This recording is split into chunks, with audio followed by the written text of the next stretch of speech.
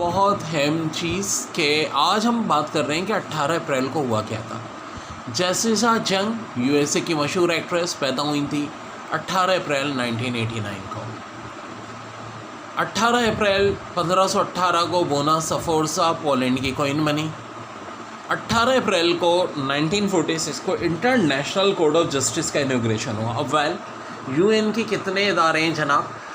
एक तो general assembly है, सिक्योरिटी काउंसिल है, सेक्रेटरीट है, इकोनॉमिक सोशल ऑर्गेनाइजेशन है, एक ज़माने में ट्रीटीशिप भी होती थी। वो सारे इदारों के हेड ऑफिस अमेरिका में। सिर्फ एक इंटरनेशनल कोड ऑफ जस्टिस है जिसका हेड ऑफिस है नीदरलैंड के शहर में।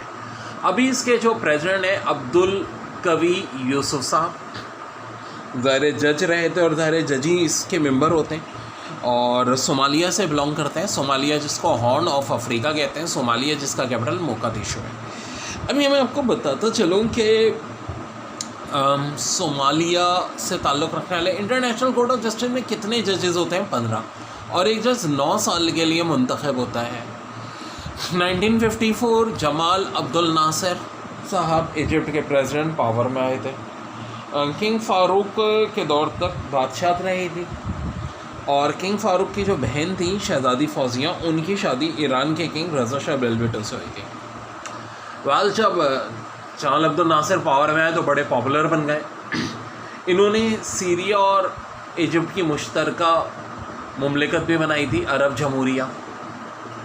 और 1956 में सुइस कैनाल को इन्होंने नेशनलाइज कर लिया, जिसकी बिना पर इंग्लैंड, फ्रांस और इसराइल ने इन पर हमला कर दिया। लेकिन जनाब ये अकेले बड़ी बहादुरी से लड़े और यूएसएसआर उस वक्त सुपर पावर थी, वो बीच में कूद पड़ी और उन्होंने इंग्लैंड को और फ्रांस को धमकी दी थी कि we will destroy London and Paris from map of the world. चुनाचा उनको दस्तबरदार होना पड़ा। ये अरब वर्ल्ड में हीरो बन गए। लेकिन मेरे भाई 1967 में उल्टा हुआ, 6 डेज़ वॉर। अब इनका प्लान था इसराइल पे अटैक करने का, लेकिन इसराइल को ये बात पहले पता चल गई और इसराइली एयरफोर्स ने इजिप्ट की, सीरिया की, जॉर्डन की, लबनान की, इराक की एयरफोर्स को पहले तबाह कर दिया। 1967 की वॉर में अरब वर्ल्ड को बहुत नुकसान हुआ। गज़ा की पट्टी और सैनाई और सुइस कैनाल इजिप्ट से छिने, तो बोलाना इट सीरिया से छिनी, वेस्ट बैंक का इलाका जॉर्डन से छिना। तो बहरहाल उसके बाद जमाल अब्दुल नासिर साहब की भी डेथ हो गई। ये अलहदा बात है कि 1973 की जंग के वक्त अनवर सादात इजिप्ट के प्रेसिडेंट बन गए थे and he is very very genius person. उन्होंने बड़ा सही का प्लान किया था। सुइस कैनाल क्रॉस करके सैनाई डेजर्ट में दाखिल हो गए। जमाल अब्दुल नासिर के बरक्स अनवर सादात ने बहुत प्लानिंग की थी और उनको आइडिया था कि इसराइल से वैसे सैनाई डेजर्ट छीनना इतना आसान काम नहीं, लेकिन अगर अपनी फ़ौज वो आगे बढ़ाए रखेंगे और एक ख़ास मुकाम तक कब्ज़ा कर लेंगे तो निगोशिएशन के बेस पे सैनाई डेजर्ट इजिप्ट को मिल जाएगा। और हुआ भी यही। 1980 में ज़िम्बाब्वे की मुमलिकत की बुनियाद रखी गई। रोटेशिया से ज़िम्बाब्वे बना और कैनन बनाना इसकी प्रेसिडेंट रहे थे, लेकिन सिर्फ ये कुछ अरसे रहे। जो वहाँ सबसे मशहूर थे रॉबर्ट मुगाबे, क्योंकि जनाब किंग मस्वाती 3 ने ऐलान किया कि अब स्वाज़ीलैंड का नया नाम रखा गया। और स्वाज़ीलैंड का नया नाम क्या रखा गया है ये एग्ज़ाम में इम्पॉर्टेंट हो सकता है, इस्वातिनी।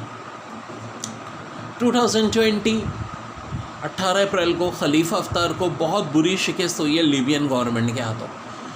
खलीफा हफ्तार कौन है? लीबियन की जो मौजूदा गवर्नमेंट है, हम सबको पता है कर्नल गद्दाफ़ी वहाँ बड़े तवील अरसे रहे, 1969 से 2011। कर्नल गद्दाफ़ी के जो दादा थे उमर मुख्तार, वही फाउंडर थे लीबिया के। उन्होंने इटली से आज़ादी दिलाई थी। कर्नल गद्दाफ़ी काफ़ी पावरफुल थे। खलीफा हफ्तार पहले तो कर्नल गद्दाफ़ी के साथियों में से थे, फिर कर्नल गद्दाफ़ी का भी इन्होंने तख्ता उलटने की कोशिश की। जब कर्नल गद्दाफ़ी का दूसरी गवर्नमेंट आ गई, उसके ख़िलाफ़ भी मुसलसल ये प्लान करते रहे। बेसिकली इनको रशिया की बैक है, लेकिन इनकी वजह से लीबिया के हालात भी बहुत ख़राब हुए हैं, जस्ट लाइक सीरिया, और खाना जंगी चल रही है।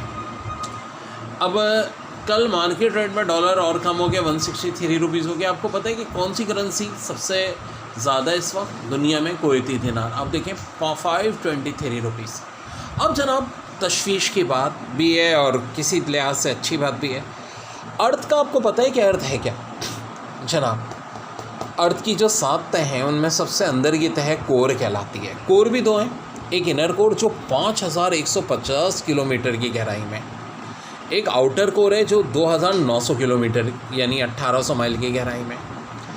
ये जो इनर कोर है इसमें तो टेम्परेचर 4000 डिग्री सेंटीग्रेड रहता है और यहाँ मेटल्स हैं, सॉलिड मेटल। जो आउटर कोर है ये लिक्विड मेटल्स पर मुश्तमिल है जो तकरीबन 2900 किलोमीटर है। उसके बाद एक इनर मेंटल है जो 660 किलोमीटर तक डेप्थ में, और एक आउटर मेंटल है जो 35 किलोमीटर डेप्थ में। इंसान कभी आउटर मेंटल से नीचे नहीं जा सका आज तक। ये तो गहराई बहुत बड़ी बात है, 35 किलोमीटर से भी ज़्यादा गहरा अभी तक नहीं खोदा जा सका है। तो बहुत सारा जो मेटल्स हैं वो आहिस्ता आहिस्ता इनर कोर से बाहर की तरफ आ रहे हैं, ख़ास तौर पे आयरन, और बड़ी तादाद में आयरन जो है वो अब ऊपर वाले मेंटल में आ रहा है। तो अब इसके एनवायरमेंटल इफ़ेक्ट क्या होंगे वो बात की बात है। फ़िलहाल तो लोहा लोगों को हासिल हो जाएगा।